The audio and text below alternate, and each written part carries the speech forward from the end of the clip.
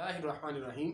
D fellows, आइए आज का लेक्चर शुरू करने से पहले रब्बे ज़ुल जलाल की बारगाह में एक दफ़ा फिर मुल्तजी हूँ कि मौला करीम हमें ऐसे सजदों की तौफ़ीक अता फरमा कि जिससे खिदमत खलक का जज्बा बढ़े। डी फेलोस, इससे पहले हम एक अहम टॉपिक पर वीलॉग रिकॉर्ड कर चुके हैं कि difference between judicial and executive order. ये लेक्चर रिकॉर्ड करने के बाद बहुत सारे दोस्तों की तरफ से ये क्वेरी पुट हुई कि जो कोज़ाई जुडिशल ऑर्डर है उसके क्या ट्रेड्स हैं, या जो कोज़ाई जुडिशल पार्स हैं, how they are different from administrative order and judicial order. The fellows, उन दोनों ऑर्डर्स पर और उन दोनों पार्स पर डिटेल के साथ मैंने लेक्चर रिकॉर्ड किया है, वो चैनल पर अवेलेबल है, उसको आप वहाँ से सुन सकते हैं। और आज हम स्पेसिफिकली डिस्कशन करेंगे कोज़ाई जुडिशल ऑर्डर पर या कोज़ाई जुडिशल पार्स पर। डी फेलोस, ये ऑनरेबल सुप्रीम कोर्ट की एक लैंडमार्क जजमेंट है जिसके अंदर इस पार को डिटेल के साथ डिस्कस किया गया है। ये है PLD 2016 सुप्रीम कोर्ट 637, यही रेफर की जाती है इस हवाले से। डी फेलोस, इसके अंदर जो रेलिवेंट एक्सप्लेनेशन दी गई है वो मैं आपके सामने रखता हूँ और फिर हम उसको डिस्कस करते हैं।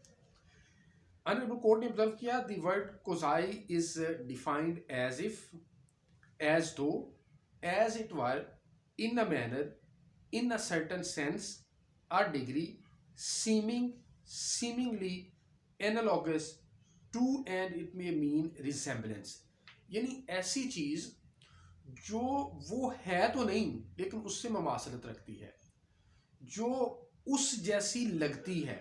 यानी जुडिशल तो नहीं लेकिन कोज़ाई जुडिशल की सेम्बलेंस रखती है। अब आगे इसकी क्या ट्रेड्स हैं फर्दर, वो ऑनरेबल कोर्ट ने बयान की कि a quasi judicial power is one imposed on officer or an authority. यानी ये वो पावर है जो किसी ऑफिसर पर कन्फर की जा सकती है या किसी अथॉरिटी पर, involving the exercise of discretion judicial in nature.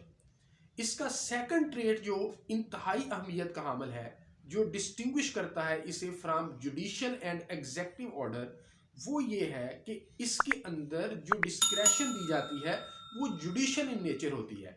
जिस तरह एग्जेक्टिव ऑर्डर के अंदर जो डिस्क्रेशन है वो जुडिशल नहीं होती, वो स्ट्रक्चर्ड होनी चाहिए, जुडिशियस माइंड अप्लाई किया जाना चाहिए, लेकिन जुडिशल इन नेचर नहीं होती।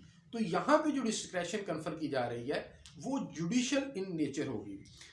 आगे ऑनरेबल कोर्ट ने ऑब्जर्व किया कि ये जो डिस्क्रेशन है जुडिशल इन नेचर, ये क्या होगी, in connection with and as incidental to the administration of matters assigned to such officer और अथॉरिटी। ये जो डिस्क्रेशन जुडिशल दी जाएगी ये कनेक्टेड होगी विद द पावर्स या जो उसे अथॉरिटी दी जा रही है एडमिनिस्ट्रेटिव मैटर्स के हवाले से। यानी डिस्क्रेशन जो जुडिशियल उसे दी गई है वो for deciding the administrative matter दी जा रही है। तो अब ये 2 in 1 हो गई कि इसके अंदर डिस्क्रेशन भी है, यानी डिस्क्रेशन जो एग्जेक्टिव ऑर्डर के अंदर भी होती है और या एग्जेक्टिव ऑर्डर के अंदर भी होती है और जुडिशियल पावर के अंदर भी होती है, एडमिनिस्ट्रेटिव पावर के अंदर भी होती है। अब यहाँ पे डिस्क्रेशन, जुडिशियल डिस्क्रेशन और फिर to decide the administrative matters, ये सारी चीजें इसके अंदर जमा हो गई। आगे फर्दर ऑनरेबल कोर्ट ने कहा कि quasi judicial act is usually not one of a judicial tribunal. अमूमी तौर पे ये जुडिशियल ट्रिब्यूनल का ऑर्डर नहीं होता, but of a public authority or officer, बल्कि ये पब्लिक अथॉरिटी और ऑफिसर का होता है। यानी judicial discretion is being vested in public authority or officer, whereas that public authority or officer is not a judicial tribunal। वो judicial entity नहीं है लेकिन उसको judicial discretion for deciding the administrative matter जो है ये वेस्ट की जा रही है। आगे ऑनरेबल कोर्ट ने फर्दर इसके ट्रेस आइडेंटिफाई किए कि ये पार का जब इस्तेमाल होगा तो उसके अंदर क्या क्या चीज़ें मद्देनजर रखी जाएंगी या क्या क्या चीज़ें होती हैं इस कोज़ाई जुडिशल पावर या कोज़ाई जुडिशल ऑर्डर के अंदर। which is presumably the product of or result of investigation, consideration, and human judgment based on evidentiary facts of some sort in a matter within the discretionary power of such authority or officer. अब ये honourable court जो पार इस्तेमाल कर रही होती है, जो judicial discretion की पार्स होती है for deciding the administrative matters, तो वो पार इस्तेमाल करते हुए क्या करती है और जो ऑर्डर पास करती है वो कब करती है, वो ऑर्डर किस चीज़ का नतीजा होता है, वो इन्वेस्टिगेट करती है, चीज़ों को कंसीडर करती है और अपना ह्यूमन जजमेंट उस पर अप्लाई करती है जो भी एविडेंशियल फैक्ट्स उसके सामने आते हैं। ऑनरेबल कोर्ट ने फर्दर इसे एक्सप्लेन किया क्या quasi judicial power is not necessarily judicial but one in the discharge of which there is an element of judgement and discretion. ये जुडिशियल तो नहीं होती। अब इसके अंदर अगर इसको रीकैप करें और सिंपलीफाई करें तो हम ये कह सकते हैं कि कुजाई जुडिशियल पावर वो पावर है जो स्ट्रिक्टो सेंसो जुडिशियल नहीं होती, लेकिन it has semblance of judicial power.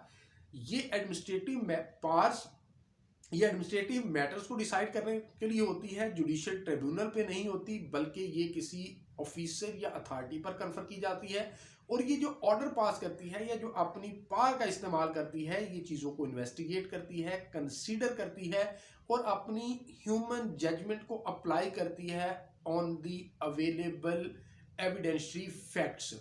और फाइनली जो ऑनरेबल कोर्ट ने कहा वो ये कहा कि इसके अंदर जो इसका मेजर ट्रेट है वो element of discretion and judgment है। डी फेलोस, ये थी कुजाई जुडिशियल जजमेंट पार या कुजाई जुडिशियल ऑर्डर के ट्रेड्स जो मैंने ऑनरेबल सुप्रीम कोर्ट की लैंडमार्क जजमेंट्स की रोशनी में आपके सामने रखे। Thank you so much.